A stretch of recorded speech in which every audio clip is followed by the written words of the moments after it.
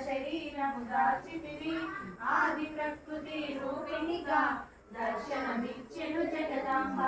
దక్షుని ఇంట జనించి సతీదేవిగా చాలించి అష్టాదశ పీఠేశ్వరిగా దర్శనమిచ్చెను జగదాంబ శంఖ చక్రము ధరించి రాక్షస సంహారం చేసి లోక రక్షణ చేశావు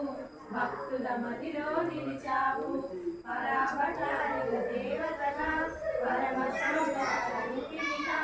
చిరునవ్వులను చిందిస్తూ చెరుకు గడను ధరించితివి పంచదశాధికగా పరమేశ్వర కనుసరితో ప్రమదగణములు కొలుకుండా కైలాసంపే పులకించే సురులు అసురులు అందరును శిరసును వంచి మొక్కంగా మా కాంతులలో నీ పాదములు